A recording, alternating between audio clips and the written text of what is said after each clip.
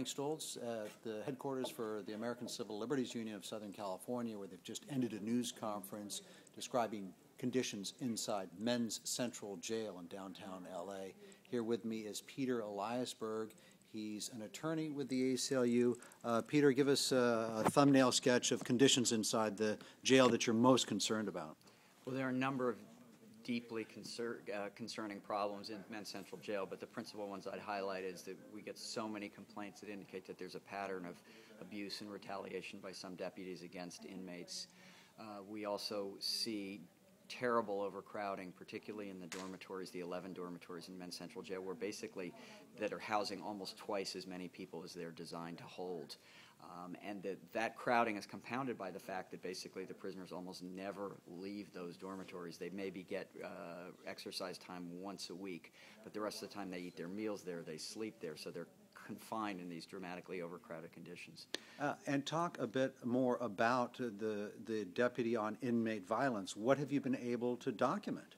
Well, one of the problems is, of course, is people who go into the jails and also receive complaints from prisoners. We are not there 24/7, so it's not that we actually see what happens, but what we do is we get such a pattern of seeing the same kinds of allegations that it becomes clear to us. We believe it's hard to believe that there isn't a tremendous amount of truth in these complaints because we see so many of them and there's such consistency of the kind of things. And one of the things we see a lot of is where inmates simply ask for what they're entitled to get showers, to get changes of clothing, to get rec time or whatever, and then what will happen is that they'll get punished for asking for that. Or there's also a pattern of punishing a whole group for the acts of an individual. They'll be told that they have to go down to shower, and they can't talk when they're walking from their cells down to the shower. And if one inmate talks, the deputies don't do something to one inmate. What they do is they tell the whole group that, no, sorry, no showers for you, so that there's sort of this mentality where you punish the group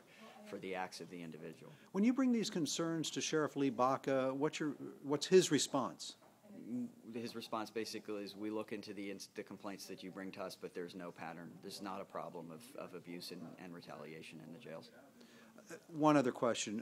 Your report talks about mentally ill inmates being housed in Men's Central Jail, which is ill-equipped to handle them, as opposed to other jail facilities like Twin Towers, which is equipped to handle them. How many mentally ill inmates end up in Men's Central, and what do they face? Well, we don't have an exact number, but we believe the number's in the hundreds. And you were exactly correct, Frank. Twin Towers 1 has a designated mental health housing. And in order to properly house prisoners with mental illness, there are things that you need to have.